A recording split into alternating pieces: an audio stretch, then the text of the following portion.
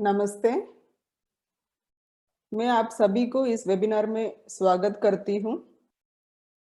हर हफ्ते हम आयुर्वेद सिद्धांत के बारे में या किसी न किसी समस्या पर चर्चा करते हैं और आपको देते हैं उसका आयुर्वेदिक समाधान। आज का स्वास्थ्य चर्चा में हम चर्चा करेंगे सर्दियों में कैसा रखे हमारा ख्याल। हर मौसम आयुर्वेद के अनुसार हर मौसम में दोषा का स्टेटस बदल जाते हैं। तो ठंड में ठंड के वजह से, ठंडी हवा के वजह से और ड्राइनेस के वजह से कफ और वात दोषा बढ़ जाती है। हमें कफ और वात दोषा का बैलेंस करने में ज्यादा ध्यान देना चाहिए। हमारा खान पान और आदतों सब इस पर फोकस रखना चाहिए। तो मेनली हम इसको ऋतुचर्या बोलते हैं, सीजनल रेजिमेंट बोलते हैं, आयुर्वेद में ऋतुचर्या बोलते हैं। हर सीजन में दोष के स्टेटस के हिसाब से हमारा खान पान वगैरह हमें चेंज करना पड़ेगा, आहार विहार बदलना पड़ेगा स्वस्थ रहने के लिए। तो सर्दियों में मेनली कफ और वात चेंज होने की वजह से हमें उसके हिसाब से आहार विहार फॉलो करना है। ये फॉलो करने से क्या होगा, हमारा पाचन उचित होगा और हम बीमारियों से दूर रह सकते हैं और लाइफस्टाइल डिसीजेस और सीजनल प्रॉब्लम्स को रोक सकते हैं। और पहले से अगर हमें पता हो हमें त्वचा का एलर्जी है या श्वास का एलर्जी है, तो फिर हम उसके हिसाब से पहले से प्रिकॉशन ले, तो फिर आगे ना बढ़ेगा ये समस्या। तो और दूसरा हमारा क्या बोलते हैं, लाइक हमारा स्वास्थ्य और अंदर से मानसिक अवस्था और शरीर अवस्था दोनों अच्छा बेटर कर सकते हैं ऋतुचर्या फॉलो करने से, और प्रतिरोध शक्ति बढ़ा सकते हैं, इन्फेक्शियस डिसीजेस को रोक सकते हैं, स्मृति और बुद्धि को बढ़ा सकते हैं। तो ऐसा बहुत सारा बेनिफिट्स मिलती है ये ऋतुचर्या फॉलो करने से। तो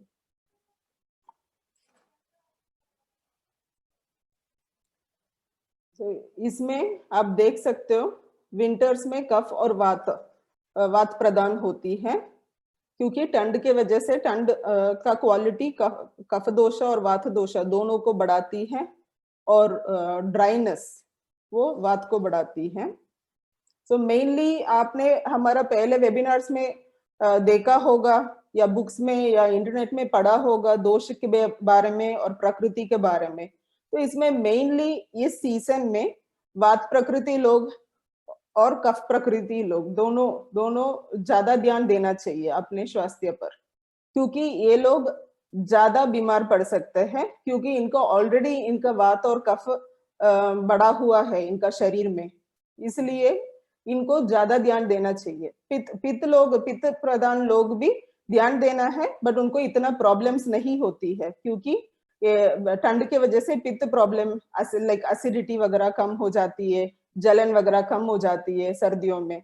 बट ज्यादा ये वात और कफ के रोग जैसा जुकाम, हाँ, काशी, दर्द, ये सब, या पाचन में गड़बड़, ये सब ज्यादा हम जनरली देखते हैं डेली लाइफ में, और हमें भी कभी कभार हो भी जाते हैं सबको, इसलिए आइडिया भी मिलती है। और ये दोष के बारे में हम समझेंगे तो फिर हमें समझ आएगा क्यों हमें ऐसा बीमारी इस तरह का बीमारी होती है ठंड वाली मौसम में, सर्दियों में। और ठंडी हवा के वजह से, वो ठंडी हवा इतना ड्राई होती है, इसलिए फिर ब्यूटी प्रॉब्लम्स जैसा ड्राइनेस वगैरह, स्किन में ज्यादा ड्राइनेस हो जाती है, ड्राई एक्जिमा वगैरह बढ़ जाती है, हाथ पैरों में कट्स वगैरह होती है, स्किन ड्राइनेस, और ओटो पे लिप्स में भी ज्यादा होती है ये। और बाहर का ठंड के वजह से क्या होती है ना, अंदर डाइजेस्टिव फायर, अग्नि बोलते हैं आयुर्वेदा में, वो ज्यादा होती है, क्योंकि एक्सट्रीमिटीज मतलब बार ठंड के वजह से हमारा बाहर का शरीर में जो टेम्परेचर है, अग्नि है, वो अंदर की तरफ जाती है, और पेट में जो जठराग्नि है वो ज्यादा ज्यादा होती है। इसलिए हमें अच्छा सा रिच और न्यूट्रिशियस फूड लेना चाहिए, पौष्टिक आहार लेना चाहिए। कोई भी ये हम आज चर्चा कर रहे हैं ना, ये सब सभी को फॉलो करना है। तो बट लाइफस्टाइल प्रॉब्लम्स जिसको ऑलरेडी है या कोई और बीमारी है, तो उनके लिए भी ये सूटेबल है, बट हेल्दी ऑल्टरनेटिव्स फॉलो करना चाहिए। और हमारा स्ट्रेंथ भी अच्छा होती है, इसलिए जनरली अगर हम देखते हैं तो सर्दियों में सभी का वजन बढ़ जाती है, 1-2 किलो कम से कम बढ़ जाती है, क्योंकि हमारा स्ट्रेंथ भी काफी अच्छा होती है और हमारा जठराग्नि भी अच्छा काम करती है, इसलिए हमारा खान पान भी पौष्टिक आहार भी लेते हैं, इसलिए वजन बढ़ती है। और हमारा स्ट्रेंथ अच्छा है, इसलिए व्यायाम अच्छा से करना चाहिए हमें। हर रोज व्यायाम बहुत जरूरी है। और ड्राइनेस काफी होने पर तेल का मालिश करना बहुत जरूरी है। ये सब हम डिटेल में देखेंगे। तो मेनली सर्दियों में सोने के लिए मन करते हैं बहुत ज्यादा, बट इतना नहीं सोना चाहिए, उससे मेटाबॉलिक प्रॉब्लम्स बढ़ने का चांसेस है। जिनको ऑलरेडी डायबिटीज या कोलेस्ट्रॉल है, उनको दिन में सोना या रात को ज्यादा नींद लेने से और गड़बड़ हो सकती है। सभी को 8 से 9 घंटा मैक्सिमम सो सकते हैं सर्दियों में। दोपहर में नहीं सोना है, कम भी नहीं सोना है। कम सोने से क्या होता है, वात बढ़ जाती है। कम भी नहीं सोना है, बहुत ज्यादा भी नहीं सोना है, ज्यादा सोने से कफ बढ़ जाती है। तो हमने देखा था ये कफ और वातों का बैलेंस रखना बहुत जरूरी है, इसलिए पर्याप्त मात्रा में नींद लेना बहुत जरूरी है। और सूर्योदय से पहले उठना है, ये हर सीजन में बहुत जरूरी है। आयुर्वेदा ने ये नहीं बताया सुबह 5 बजे उठना या 6 बजे उठना, क्योंकि हर मौसम में सूर्योदय का टाइम चेंज होती है, उसके हिसाब से हमें भी उठना पड़ेगा। सर्दियों में तो 6:30 या 6:30 तक सूर्योदय होती है, उस वक्त उठना चाहिए। और फिर उठने के बाद पहले 1 गिलास गर्म पानी लेना चाहिए। ऑलरेडी मौसम ठंड है और कफ और वाता बढ़ी हुई है, इसलिए ठंडा पानी नहीं पीना है। गर्म पानी पीने से हमारा मेटाबॉलिज्म बेटर होती है, हमारा पाचन शक्ति अच्छी होती है, और हमारा डाइजेशन भी अच्छी मतलब एलिमिनेशन, बाउल मूवमेंट भी इजीली हो जाती है। कब्जी का शिकायत भी कम होती है गर्म पानी पीने से। गर्म पानी पीने के बाद फिर उसके बाद मॉर्निंग एक्सरसाइज बहुत अच्छा है। Morning time early rays of sun, उसमें बहुत अच्छा विटामिन डी मिलती है। और अगर देखें तो इस मौसम में जोड़ों में दर्द वगैरह काफी होती है। तो और जनरली जिनको आर्थराइटिस नहीं है उनको भी होती है, हाथ पैरों में दर्द या अकड़न वगैरह होती है। और हम मॉर्निंग वॉक पर जाए तो ज्यादा अच्छा है, या टेरेस पे या गार्डन पे योगासना करें तो ज्यादा अच्छा है, क्योंकि विटामिन डी मिलेगा इससे। एंड कैल्शियम भी इम्प्रूव होगा, बोन स्ट्रेंथ बढ़ेगा, बोन का ताकत बढ़ेगा, अस्थि धातु का ताकत। फिर दर्द वगैरह कम होने का चांसेस है। और दूसरा, बहुत सारे लोगों को आजकल विटामिन डी का डेफिशिएंसी भी हो रही है, क्योंकि हम लोग घर के अंदर ही रहते हैं या ऑफिस के अंदर रहते हैं, बाहर बाहर जाते नहीं है। अगर जाते भी है तो रात को जाते हैं या सुबह बहुत जल्दी उठ के जाते हैं, धूप में नहीं जाते हैं। इसलिए तो मॉर्निंग अगर आधा घंटा 45 मिनट्स या 1 आवर मैक्सिमम, जितना टाइम है आपके पास, उस टाइम में अगर वॉकिंग कर सकते हो या योगा कर सकते हो तो ज्यादा अच्छा है। रनिंग और साइकिलिंग ये सब भी अच्छा है सर्दियों में। अब हमारा स्ट्रेंथ अच्छा है ना, इसलिए अच्छा एक्सरसाइज कर सकते हैं।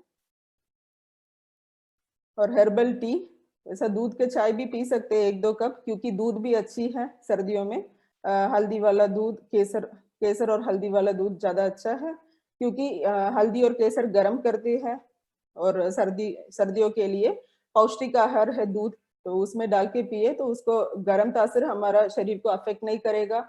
और दूसरा शरीर को पुष्टि करती है ये हल्दी और केसर वाला दूध। और हर्बल चाय में मेनली मैंने बताया इसमें, और सबको पता मालूम भी है, जुकाम, काशी और दर्द का समस्या ज्यादा होती है सर्दियों में, इसलिए हर्बल टी में आर्द्रक और दालचीनी, काली मिर्च, ये डाल के पी सकते हैं, ये बहुत अच्छा है सर्दियों के लिए। और चाहिए तो थोड़ा-सा गुड़ या शहद मिला सकते हैं। चीनी इतना अच्छी नहीं है और मिश्री ठंडक करती है, मिश्री गर्मियों में अच्छा है, बल्कि सर्दियों में गुड़ या शहद यूज़ कर सकते हैं हर्बल चाय में। ये दिन में 2-3 बार पी सकते हैं। सभी लोग पी सकते हैं, बच्चे से लेकर बड़े तक सबके लिए अच्छा है। और अभी कोरोना का समय चल रहा है, लगभग सभी का घर में हर्बल चाय बनता होगा। तो और दूसरा ये लड्डू, लड्डू भी बहुत कॉमन है, सब लोग लेते हैं, बहुत डिफरेंट वैरायटीज़ बनाते हैं। आयुर्वेदा में भी बताया है, बट उसमें क्या है, आयुर्वेदा हर्ब्स डाल के बनाना चाहिए। आप जिस तरीका का लड्डू बनाते हैं ना, गेहूँ का आटा का लड्डू या ड्राई फ्रूट्स का भी पाक बनाते हैं, तो उसमें थोड़ा-सा अश्वगंधा या मूसली डाल सकते हो। उससे वीर्य बढ़ेगा। जनरली मेल्स के लिए ज़्यादा अच्छा है। उड़द के लड्डू में अश्वगंधा और मूसली डाल के दे सकते हैं जेंट्स के लिए। और महिला के लिए गोंद के लड्डू में थोड़ा-सा अश्वगंधा डाल सकते हैं और मेथी दाना, सौंठ डाल सकते हैं, पाउडर मेथी पाउडर और सौंठ की पाउडर मिला सकते हैं, क्योंकि लेडीज़ों को तो ये मेंस्ट्रुअल प्रॉब्लम्स भी, मावली का प्रॉब्लम होती है। और दूसरा दर्द, शरीर में दर्द, क्योंकि वो ज़्यादा काम भी करते हैं घर का और अपने लिए रेस्ट भी इतना नहीं लेते हैं और उनका कैल्शियम वगैरह भी कॉम्प्रोमाइज़, न्यूट्रिशन कॉम्प्रोमाइज़ हो रहती है। इसलिए उनके लिए दाना मेथी का पाउडर और सौंठ की पाउडर ये मिला सकते हैं गोंद के लड्डू में। उससे उनको ताकत भी बढ़ेगा और दर्द वगैरह भी कम होगा। तो ये है। बच्चे के लिए तो आटे का लड्डू भी अच्छा है और या ड्राई फ्रूट्स दे सकती हूँ, ड्राई फ्रूट्स का पाक दे सकती हूँ। और जिनको कॉन्स्टिपेशन वगैरह है या जोड़ों में दर्द है, एल्डरली पीपल, उनके लिए अलसी का बीज भी मिला सकते हो आप। अलसी का बीज रोस्ट करके, पाउडर करके वो लड्डू में मिला सकते हैं। ऐसा क्या हेल्थ प्रॉब्लम है, उसके हिसाब से आप आपका लड्डू कस्टमाइज़ करके बना सकते हो घर पे और वो खा सकते हैं।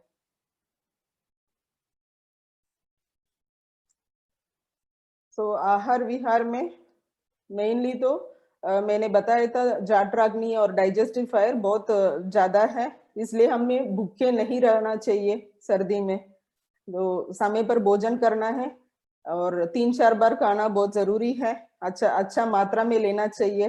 फास्टिंग, डाइटिंग वगैरह नहीं करना है, क्योंकि अगर फास्टिंग, डाइटिंग वगैरह करते हैं हम, फिर कमज़ोरी हो जाएगा, क्योंकि अगर प्रॉपर खाना नहीं मिलते हैं ना, हमारा टिश्यूज़ वगैरह का पोषक नहीं मिल पाते हैं। फिर हमें स्ट्रेंथ, हमारा बॉडी स्ट्रेंथ कम हो जाएगा, हमें थकान वगैरह आ जाएगा। तो इसलिए सर्दियों में टेंशन नहीं लेना है, 3-4 बार अच्छा से पौष्टिक आहार खाना चाहिए, गरिष्ठ और पौष्टिक आहार। और मेनली तो स्वीट टेस्ट मतलब मधुर रस में तो चीनी वगैरह नहीं, बट दूध, घी घी तो खाने में अच्छा से डाल के लेना चाहिए। और हर बार खाने में, नाश्ता में, लंच में और डिनर में, लड्डू में भी अच्छा फॉर्म में लेना चाहिए। और दूध दूध भी अच्छा है, दूध का खीर भी बना के ले सकते हैं इसमें, इस मौसम में। और सीज़नल वेजिटेबल्स के बारे में बताया है आयुर्वेदा में। आजकल तो सभी मौसम में सभी फल मिलती है, फल और सब्ज़ी मिलती है, बट वो गलत है। उस सीज़न में जो फल या वेजिटेबल मिलते हैं ना, शाक मिलते हैं, वो ही श्रेष्ठ होती है, क्योंकि उसका गुण बहुत अच्छा होता है। तो अगर ऐसा देखेंगे तो सर्दियों में तो रूट वेजिटेबल्स ज़्यादा अच्छा मिलती है। गाजर, मूली, चुकंदर और टर्निप्स, ये सब अच्छा मिलती है और वो उसका प्रयोग करना चाहिए, ज़्यादा प्रयोग करना चाहिए। और फ्रूट्स में एप्पल, अमरूद ये सब ले सकते हैं।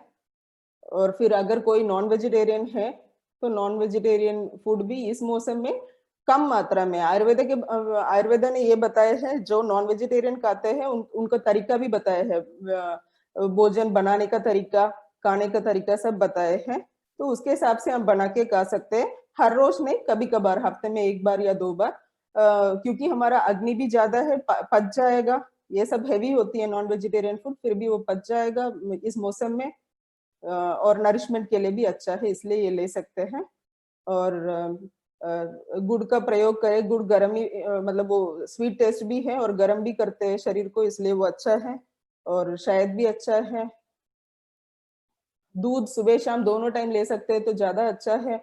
दही भी अच्छा है इस मौसम में, क्योंकि दही का तासीर गर्म होती है, इसलिए दही ले सकते हैं, बट ताज़ा बना के लेना चाहिए, क्योंकि जुकाम का टेंशन रहती है, इसलिए काफ़ी ज़्यादा लोग नहीं लेते हैं दही। फिर भी सर्दियों में तो लेना चाहिए। ताज़ा बना के 1 कप दही सुबह या दोपहर में ले सकते हैं। और वैसा दाल में श्रेष्ठ उड़द दाल है इस मौसम में। और लाइफस्टाइल विहार, पथ्य विहार मतलब जो हमें करना चाहिए, उसमें मेन तो व्यायाम मैंने आपको बताया था। व्यायाम बहुत ज़रूरी है, क्योंकि और व्यायाम करने में भी बहुत सारे लोग को कन्फ्यूज़न है। क कभी कोई अतिरेक कर लेते हैं, कोई कम भी कर लेते हैं।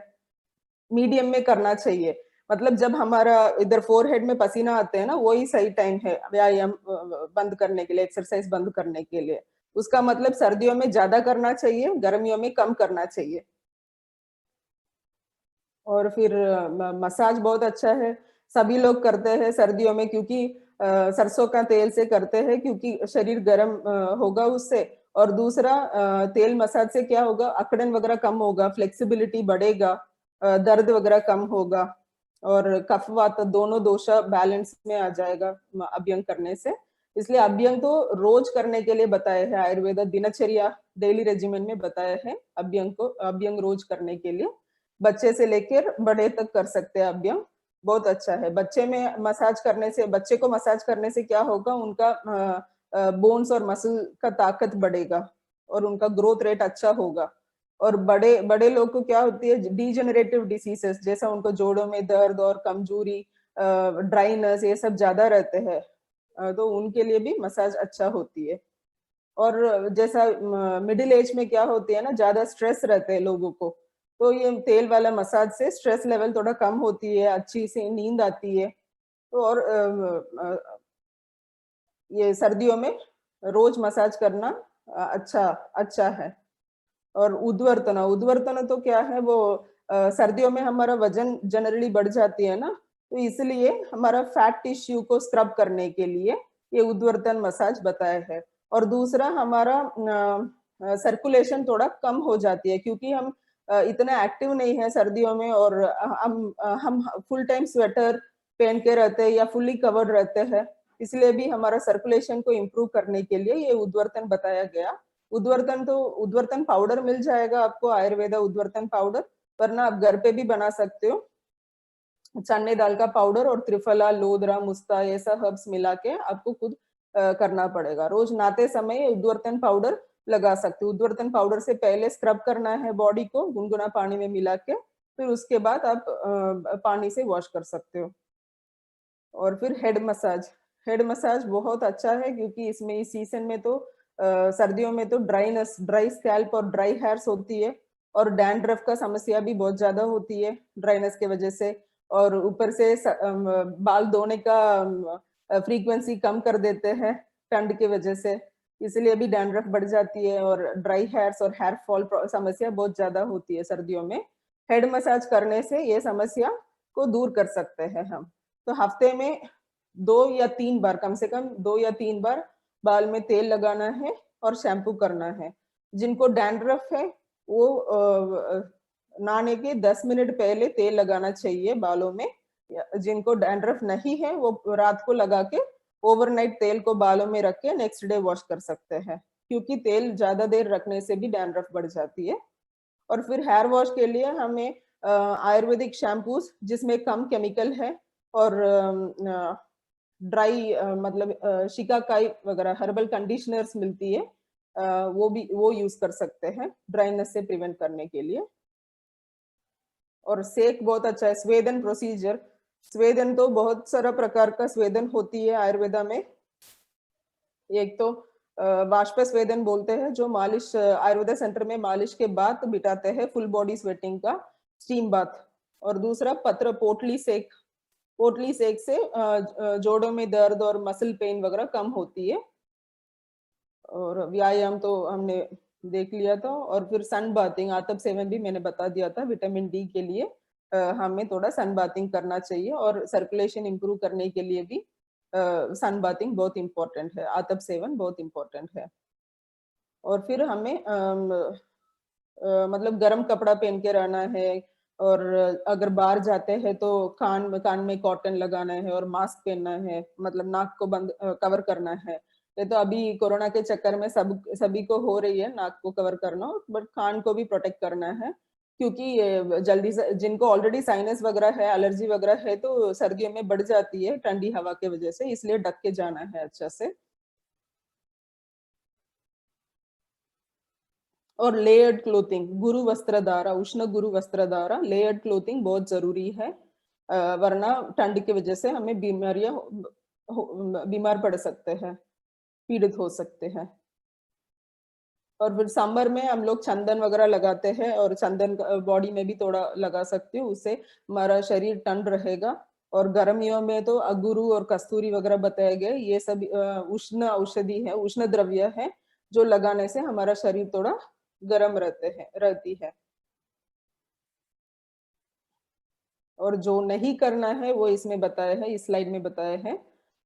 एक तो कम नहीं खाना चाहिए। बहुत सारे लोग जो डायबिटिक है और जिनका वजन ज्यादा है, वजन कम करने के चक्कर में, वेट लूजिंग के चक्कर में, तो वो बहुत कम लेते हैं, डाइटिंग वगैरह करते हैं, कंट्रोल करते हैं।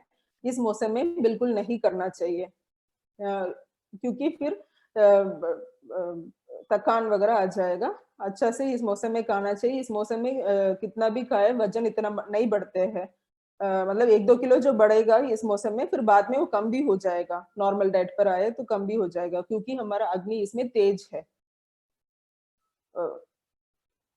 समय पर खाना है, खाने के बीच में लंबा गैप नहीं आना चाहिए, और भूखे भी नहीं रहना है, हल्का भोजन नहीं करना है, और ज्यादा तेज मिर्ची मसाला, लहसुन वगैरह अच्छा है, लहसुन अदरक वगैरह अच्छा है, बट बहुत तेज स्पाइसी फूड वगैरह नहीं लेना है, सॉस चाइनीज फूड ये सब ज्यादा नहीं लेना चाहिए, उससे वात बढ़ जाएगा इसलिए। और जौ वगैरह थोड़ा कम यूज करना चाहिए, मतलब ड्राइनेस बढ़ जाएगा ना जौ वगैरह यूज करने से, इसलिए इस मौसम में थोड़ा सा कम प्रयोग करना चाहिए। और अगर बाजरा मक्के वगैरह यूज करते हैं तो अच्छे से घी लगा के लेना चाहिए। और ठंडी हवा में बाहर नहीं जाना चाहिए, दिन में नहीं सोना है, रात को भी ज्यादा नहीं सोना चाहिए। तो संधि शूल, जोड़ों में दर्द, और संधि स्तब्धता मतलब जोड़ों में अकड़न, स्टिफनेस, और आम वात, रुमेटोइड आर्थराइटिस, ये इस सीजन में ज्यादा ही बढ़ जाती है आम वात के प्रॉब्लम्स, क्योंकि वो सर्कुलेशन ठंडी हवा की वजह से अफेक्ट होती है ना, इसलिए रेनॉल्ड सिंड्रोम, आम वात, रुमेटोइड आर्थराइटिस, ये सब ठंड ठंड में बढ़ जाती है। और श्वास कास का बीमारी, प्रतिशय, मतलब जुकाम, ये सब बढ़ जाते हैं। और ड्राइनेस की वजह से eczema, skin problems, dry skin problems का समस्या भी बढ़ जाती है सर्दियों में। तो सर्दियों में पंचकर्म, हर सीजन में सीजनल पंचकर्म बताया है आयुर्वेदा में, और सर्दियों में खास करके वमन का थेरेपी बताया है, वमन और नस्य, क्योंकि इसमें कफ और वात दोनों बड़े हैं, और वात दोष तो पंचकर्मा से जनरली कंट्रोल हो जाती है, और कफ के लिए स्पेसिफिकली वमन और नस्य दोनों बहुत अच्छा है। वमन में तो मेडिकेटेड घी पिलाते हैं 5 से 7 दिन, फिर उसके बाद मेडिसिन यष्टि मधुक्वाथ वगैरह देते हैं, और दूध वगैरह देते हैं, मदन फल द्रव्य वगैरह देते हैं, जिससे उल्टियाँ होगा, थेराप्यूटिक आयुर्वेदिक वॉमिटिंग होगा, नॉर्मल वॉमिटिंग जैसा नहीं, ये इधर डॉक्टर के सुपरविजन में कराते हैं। और इससे कफ कफ बैलेंस होगा, सभी दोषों बैलेंस बैलेंस में आ जाएंगे शरीर पे, और खास करके ये आस्थमा और डायबिटीज, ये सब में बहुत अच्छा से काम करते हैं ये वामन थेरेपी। और नस्य तो एलर्जिक राइनाइटिस, और बार बार जुकाम होना, साइनसाइटिस, इस ये सब में काम करती है नस्य थेरेपी। नस्य थेरेपी में बालों में तेल लगाते हैं, मसाज करते हैं, और फिर स्टीम देते हैं, फिर नाक के अंदर 6-6 बूंद तेल डालते हैं, और वो जब तेल गले में आएगा उसको थूकना है, फिर गरारे कराते हैं, फिर स्मोक, हर्बल स्मोक देते हैं। और ये पंचकर्मा कराने के लिए कम से कम 8-10 दिन तो चाहिए, आपको टाइम निकाल के करना पड़ेगा। बट सभी के लिए बहुत अच्छा है, क्योंकि हम कितना भी ये सब फॉलो करते हैं ना, ये सब अच्छा से फॉलो करते हैं, फिर भी हमारा बहुत सारा प्रॉब्लम्स है, जो जैसा स्ट्रेस है, समय पर हर बार खाना खा नहीं पाते हैं, ठीक है? ये सभी की वजह से एंडोटॉक्सिन्स मतलब आम शरीर में बनता रहता है, इसको निकालने के लिए पंचकर्मा बहुत ज़रूरी है। पंचकर्मा के बाद हमारा सेलुलर न्यूट्रिशन मतलब पोषक बढ़ जाते हैं, धातु पोषक बढ़ जाते हैं, जिससे हमारा प्रतिरोध शक्ति भी बढ़ जाती है और समस्या कम हो जाती है, सभी समस्या।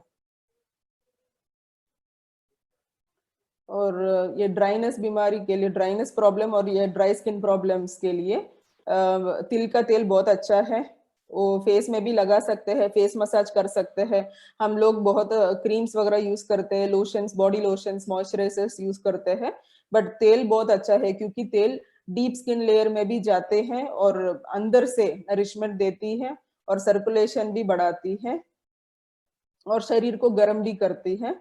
इसलिए गुनगुना करके तिल का तेल को गुनगुना करके पूरा फेस में मसाज करना चाहिए रात को सोने से पहले। पहले फेस वॉश करके फिर ड्राई करने के बाद ये तेल लगा के मसाज करना है। सेल्फ मसाज कर सकते हैं 5 से 7 मिनट।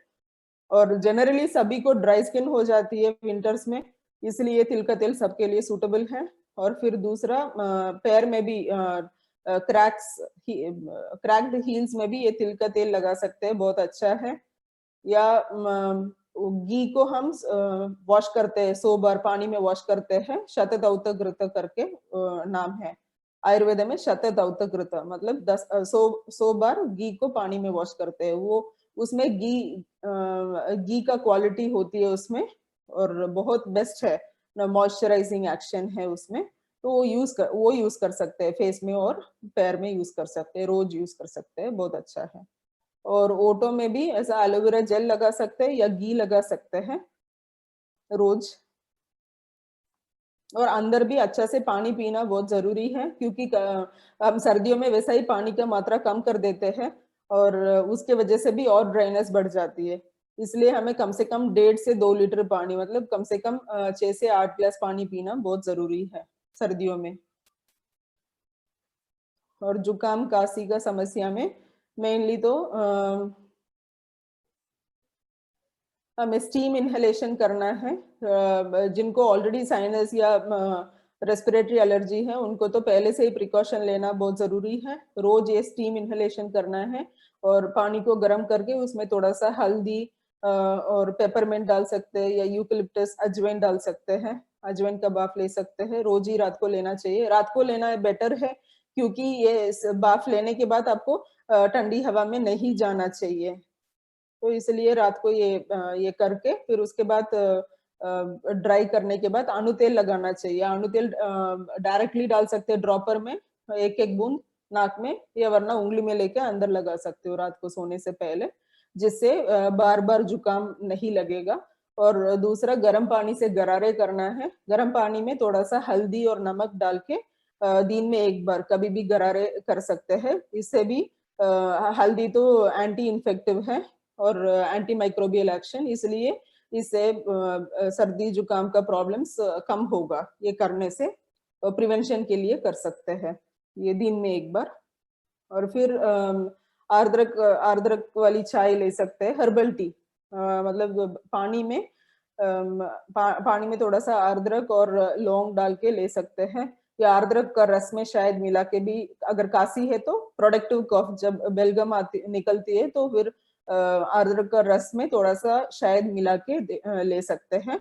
अगर ड्राई कॉफ है तो मुलेटी मुंह में रख सकते हैं दिन में 4-5 बार। और ये काली काली मिर्च, लौंग, तुलसी, दालचीनी और अदरक काम करती है इसमें। अभी आयुष में भी यही बताया है कोरोना वायरस प्रिवेंशन के लिए, यही काढ़ा रोज लेने के लिए। और च्यवनप्राश ले सकते हैं, सर्दियों के लिए बहुत अच्छा है। उसमें आंवला है मेन इंग्रेडिएंट। और आंवला आंवला तो बहुत एंटीऑक्सीडेंट बेनिफिट है, सभी को पता है ये तो। और वो स्किन केयर, हेयर केयर और सभी ऑर्गन्स फंक्शनिंग के लिए बहुत अच्छी है। तो च्यवनप्राश रोज ले सकते हैं दूध के साथ। और पेन मैनेजमेंट, जोड़ों में दर्द और आर्थराइटिस के लिए मेनली फ्लेक्सिबिलिटी के लिए योगा तो करना बहुत जरूरी है।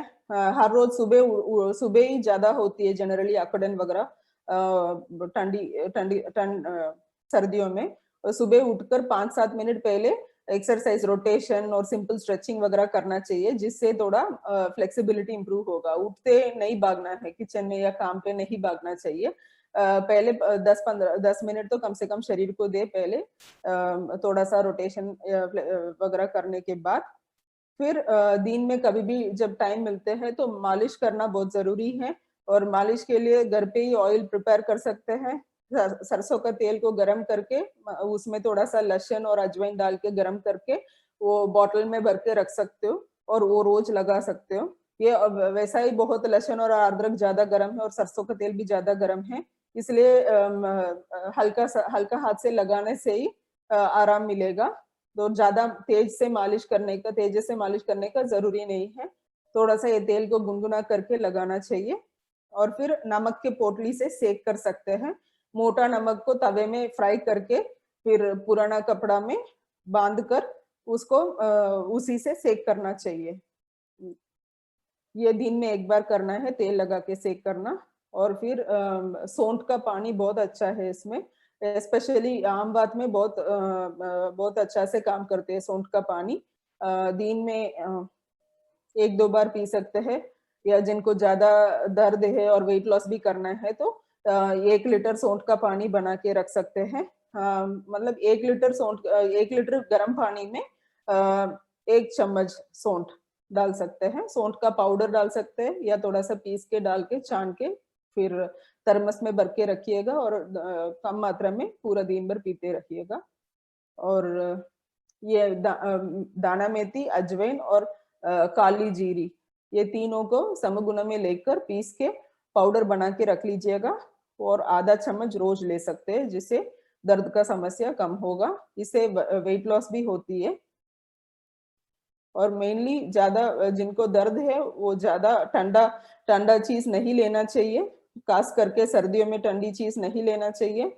और सैलेड्स या क्रैकर्स रुकी खाना नहीं खाना चाहिए। अच्छा से घी वगैरह यूज करना है खाने में, दूध वगैरह लेना चाहिए, जो अंक्चुअस फूड आइटम्स लेना चाहिए इस मौसम में। ठीक है, थैंक यू। अभी किसी को कुछ क्वेश्चन है तो आप पूछ सकते हो।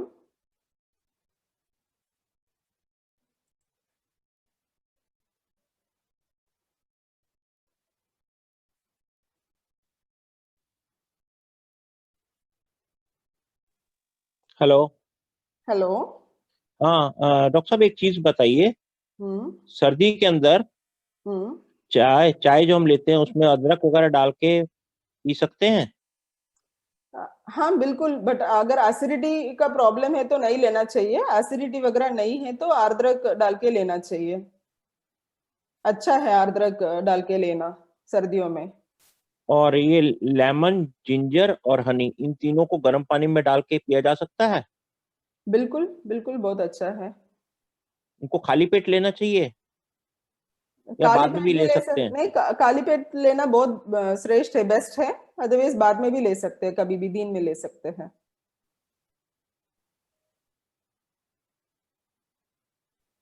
और रात को सोते हुए दूध ले सकते हैं? हाँ, रात को बहुत अच्छा है दूध लेना, और उसमें थोड़ा सा हल्दी और केसर डाल के ले सकते हो आप। केसर तो जनरल वो स्किन केयर के लिए बहुत अच्छा है। सर्दियों में स्किन का प्रॉब्लम्स ज्यादा बढ़ जाते हैं ना, इसलिए केसर अच्छा है। और दूसरा हल्दी तो जुकाम काशी से बचने के लिए बहुत अच्छा है। और हल्दी कौन वैसा सा लेना चाहिए, कच्ची हल्दी या पक्की, जो हमारी पीसी जो घर में यूज करते हैं वो हल्दी लेना चाहिए? बेटर कौन सा है? नहीं, कच्ची हल्दी बहुत अच्छा है और इस मौसम में। केसर का क्वांटिटी कितना होना चाहिए एक गिलास दूध में? 1 पिंच, मतलब 2 या 3 स्ट्रैंड बस। ठीक है। और एक वो आप रिपीट करेंगे जरा, वो जो आप कह रहे थे, मूसली हाँ वो पाउडर वगैरह और नहीं, मैंने ये बताया था विंटर्स में तो रूट वेजिटेबल बहुत अच्छा है, इसलिए हल्दी, फ्रेश हल्दी बहुत अच्छा है। और हल्दी तो दर्द के लिए भी अच्छा है और जुकाम खांसी के लिए भी है। उसका उसका बेनिफिट्स बहुत सारा है हल्दी का। उसको कैंसर पका में भी के कम लेना दूध करती है में? हल्दी। दूध में पका के लेना है उसको? हाँ, एक उबाल देना है डाल के बस, ज्यादा पकाने का जरूरत नहीं। जैसा अच्छे से उबलते हैं ना, जब बॉईल बॉईल होती है ना दूध, तब ये डाल के 5 मिनट में बंद करके ले सकते हैं। कितना ज्यादा डालना उबल है क्वांटिटी? क्वांटिटी 1 ग्लास के लिए 1/4 टीस्पून, 1/4 चम्मच। अच्छा, उसी प्रोपोर्शनेट में कच्ची हल्दी? हाँ हाँ, कच्ची हल्दी, हाँ कच्ची हल्दी का तो फिर आधा इंच का पीस डाल दीजिएगा। अच्छा ठीक, ग्रेट करके? ग्रेट करके, हाँ हाँ जी। ठीक ठीक ठीक। थैंक यू, बहुत अच्छा इन्फॉर्मेशन दिया आज आप। Thank you sir, thank you. Thank you.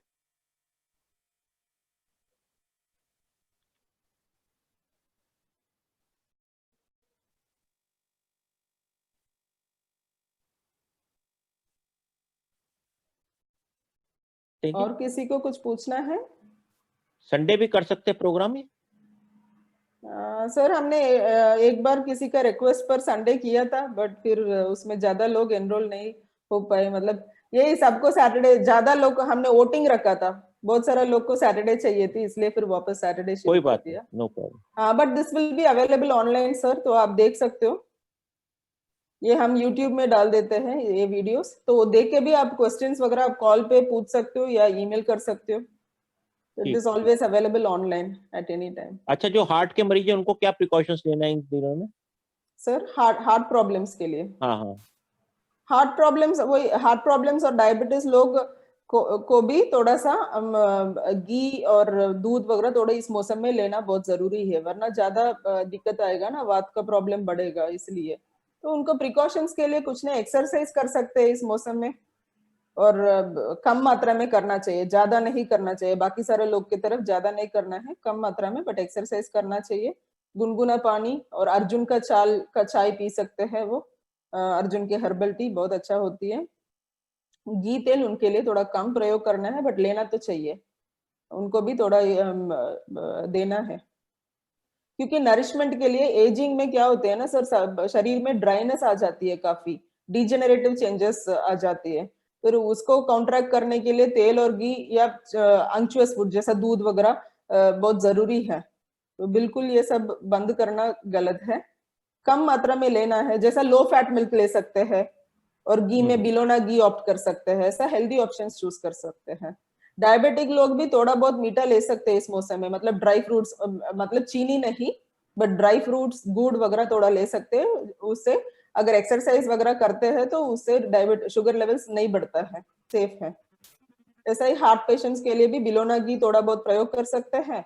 और फिर अर्जुन का चाल का चाय अच्छा है, डबल टोन मिल्क भी ले सकते हैं इस मौसम में, थोड़ा काउ हल्दी मिल्क और लेते हैं हम? हम्म, काउ मिल्क? वो भी अच्छा है सर, बहुत अच्छा है, काउस मिल्क बहुत अच्छा है। भैंस का दूध नहीं लेना चाहिए हार्ट तो cow patient. Cow milk, only cow milk? हाँ, काउ मिल्क इज गुड, उसमें फैट उसके लिए तो, कंटेंट कम है वैसा ही। हाँ इसीलिए काउ मिल्क ले सकते हैं। हाँ। और इस मौसम में जो वो थिक हो जाता है ब्लड, तो थोड़ा उसके लिए थोड़ा बताएं कि क्या करना चाहिए कि वही अर्जुन चाल का वो बहुत अच्छा है। वो हम काढ़ा ले रहे हैं आपका दिया हुआ, अर्जुनादि। हाँ, फिर हल्दी, हल्दी वाला दूध भी ले सकते हैं, हल्दी भी ब्लड थिनर है। अच्छा, हल्दी। हाँ, और दालचीनी भी अच्छा है इसमें, दालचीनी और अदरक। तो एक डाल एक सकते हैं दालचीनी? सर, दूध में डाल सकते हैं दालचीनी? हाँ दूध में डाल सकते हैं। वैसे मेरे हिसाब से तो आप गर्म पानी में पियेंगे तो ज्यादा इफेक्टिव है। 1 कप गर्म पानी में थोड़ा दालचीनी, काली मिर्च और अदरक डाल के ले लीजिएगा, ये बहुत अच्छा है। Thank you. Thank you sir.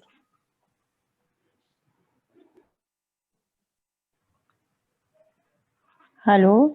हाँ नमस्ते मैम, बोलिए। नमस्कार मैम, मैं प्रवीण शारदा दिल्ली से। नमस्ते मैम, मैं आपसे ये पूछना चाहती हूँ कि जब आजकल मॉर्निंग में उठते हैं सुबह सुबह, एक्सरसाइज वगैरह तो मैं नॉर्मल करती हूँ, लेकिन बॉडी बहुत स्टिफ होती है, बहुत स्टिफनेस फील होती है, उसके लिए मैं क्या करूँ? रात को बहुत तेल ज्यादा लगा के, तेल नहीं, कहाँ पे लगाना है तेल? जैसे आपको कहाँ हो रही है स्टिफनेस? हाथों में, नेक पोर्शन पे और लोअर बैक पोर्शन पे। ओके, तो फिर रात को आप एक बार तेल लगा दीजिए मैम। आप तिल का तेल यूज कर सकते हैं, सरसों का तेल या तिल का तेल, कच्चा तेल भी यूज कर सकते हैं। वरना मैंने बताया ना, वो सरसों का तेल में थोड़ा लहसुन और अजवाइन डाल के उबाल के फिर वो तेल आप रोज गर्दन में और कमर में लगा सकते हो रात को सोने से पहले। ये लगाने के बाद नमक का पोटली से सेक कर सकते हो, या हीटिंग पैड वगैरह अगर यूज कर रहे हो तो फिर उससे भी सेक कर सकते हो। ये रात को कर लीजिए। अच्छा, रात में करना है, क्योंकि ये करने के बाद ठंडी हवा में एक्सपोज होएंगे ना, फिर वापस अकड़न बढ़ेगा। इसलिए रात को सोने से पहले करना है, बिल्कुल सोने से पहले करना है। और सुबह उठने के बाद थोड़ा गर्दन का कसरत और कमर का कसरत बेड पे ही कर लीजिएगा, जैसा पावन मुक्तासन, भुजंगासन वगैरह है ना कमर के लिए और तो गर्दन के लिए। बेड पे कर सकते हैं, गद्दे पे? हार्ड बेड होना चाहिए आपको, थोड़ा सा सॉफ्ट बेड में नहीं होगा, फिर गड़बड़ हो जाए। हाँ वही तो, क्योंकि ये तो हम फ्लोर पे मैट बिछा के उस पे करते हैं, तो वो बेटर है। ठीक है, अगर आपको ज्यादा मतलब नीचे बैठ सकते हो तो ज्यादा अच्छा है, अदरवाइज विदाउट मैट्रेस वाले बेड में आप कर सकते हो। अच्छा ठीक है मैम। मतलब हार्ड सरफेस होना चाहिए, या हार्ड सरफेस में कर सकते हो, आप कॉट में कर सकते हो। ठीक है मैम। जैसे आपने बताया कि तिल के तेल की या सरसों के तेल में लहसुन जला के उसके मालिश कर सकती हूँ मैं गर्दन वगैरह पे। तो मेरे जो पैर के तलवे में जलन होती है उसमें तो इसका कोई बैड इफेक्ट नहीं आएगा ना?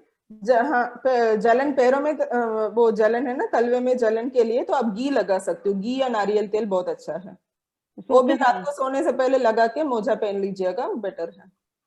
अच्छा ठीक है ma'am, thank you so much. Thank you. Thank you ma'am.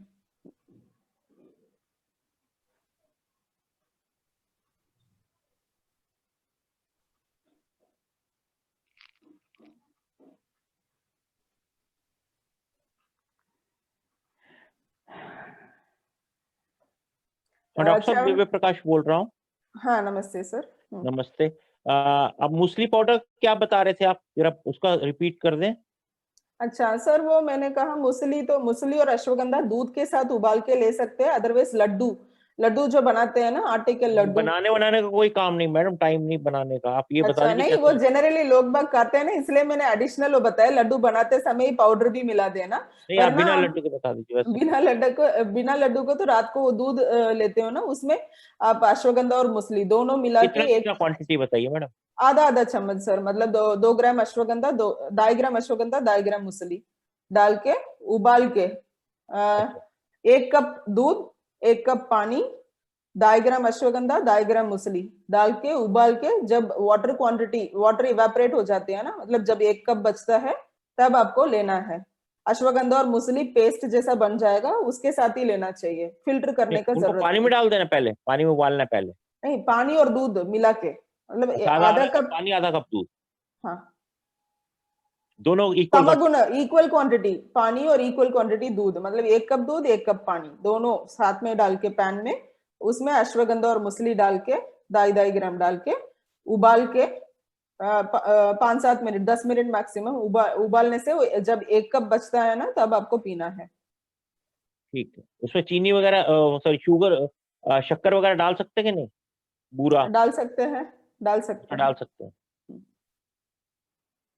और च्यवनप्राश इस बेटर मॉर्निंग टाइम में लेना बहुत अच्छा है। च्यवनप्राश रात को भी ले सकते हैं, मना नहीं है, बट बेस्ट टाइम तो च्यवनप्राश मॉर्निंग ब्रेकफास्ट के साथ, क्योंकि रात को ज्यादा मीठा उसमें शायद है, शर्कर है, तो इसलिए दिन में लेना बहुत बेटर है, क्योंकि दिन में हम एक्टिव रहेंगे ना, इसलिए एनर्जी देती है ना च्यवनप्राश, इसलिए मॉर्निंग लेने से बेटर रहता है।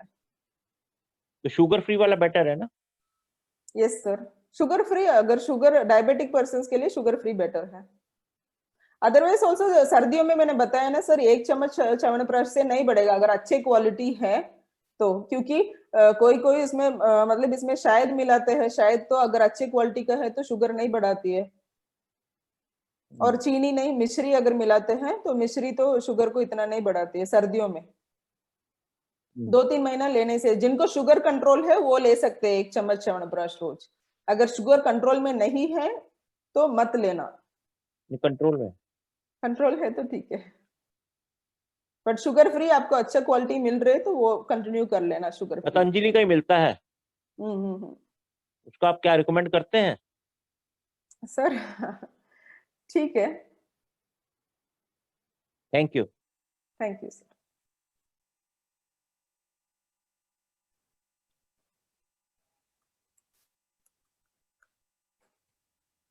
इसको वीकली कर दीजिए डॉक्टर साहब। हाँ वीकली है सर, अभी तो वीकली शुरू कर दिया, वो दिवाली समय पे नहीं कर पाए हम, तो अभी वापस शुरू कर दिया, हर हफ्ते करेंगे sir. Thank you, thank you, thank you so much, thank you सभी को, आप सभी को, और नेक्स्ट वीक मिलेंगे दूसरा टॉपिक के साथ। नमस्ते। पित्त कफ वाले के लिए दीजिएगा नेक्स्ट। जरूर सर, थैंक यू, कर लेते हैं। Thank you. ओके, बाय, नमस्कार।